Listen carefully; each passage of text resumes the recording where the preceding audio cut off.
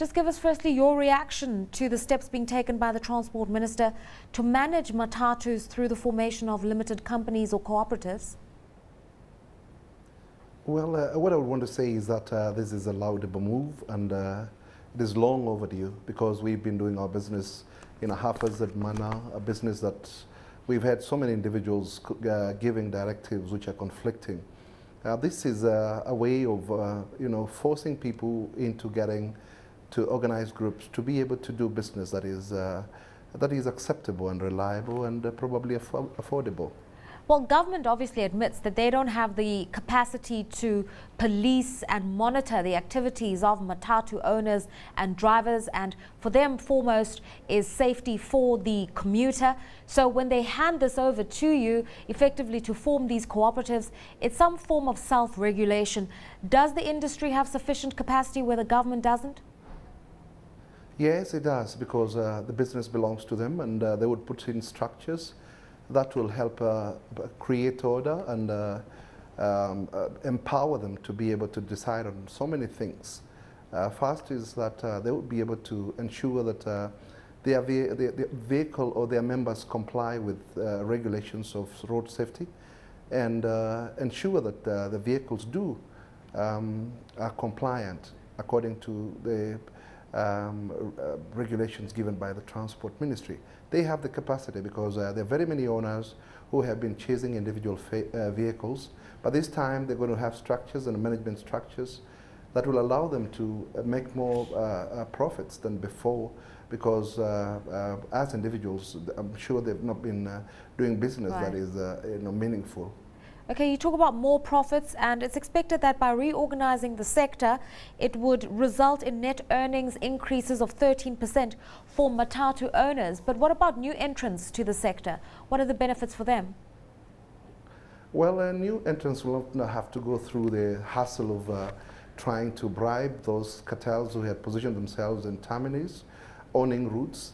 This time, the routes will be owned by the organizations or institutions that they would have put their they will have put their vehicles through, and this will make them do their business without much hassle, because there are structures, management structures, which will remove the individual beliefs and let the a skilled person like the societies to run the business.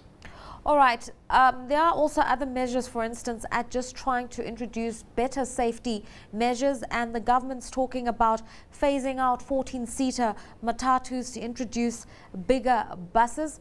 How's the industry responding to these proposals? In South Africa, for instance, when the Transport Ministry tried to do that, there was major outrage on the part of taxi owners. Well, for urban setups like the city, it's welcome so much that people have not been doing meaningful business. It doesn't make any viable profits in doing the 14-seater, and many people have shied off in using them because they have to use their individual vehicles to ride to their places of work and get back home. But the moment the bigger capacity are introduced, we are very sure that those individual owners who drive their vehicles home would want to ride in these big buses which are comfortable. And of course, definitely there are going to be problems here and there, but we have already prepared ourselves for that.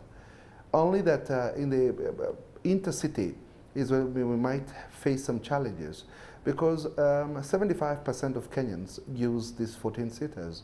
So transforming the population of the 14-seater into the higher occupancy, we might require close to 40,000 vehicles, right, which I'm sure within the year, the time given, it might not be possible to achieve that. So we might be able to create a crisis in transportation.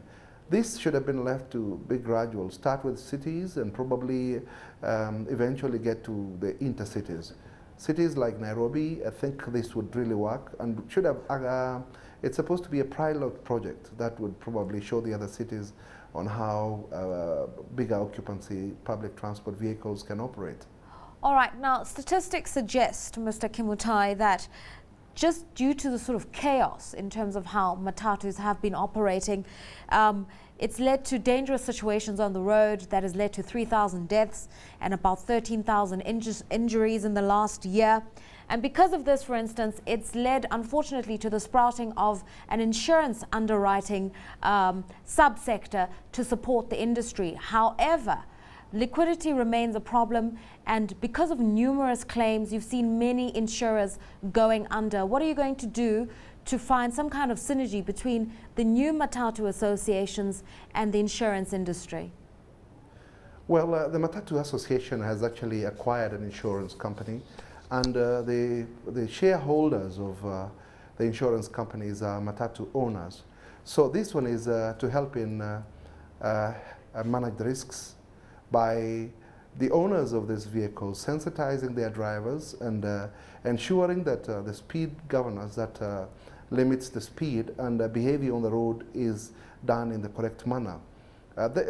We are actually already experiencing fruits from this kind of experience, from this kind of arrangement, where owners are taking up positions to ensure that the vehicles are driven well and the passengers arrive in their destinations alive. So right now, we had that problem, but we are trying to provide a local solution by taking up owners to be taking care of their risks.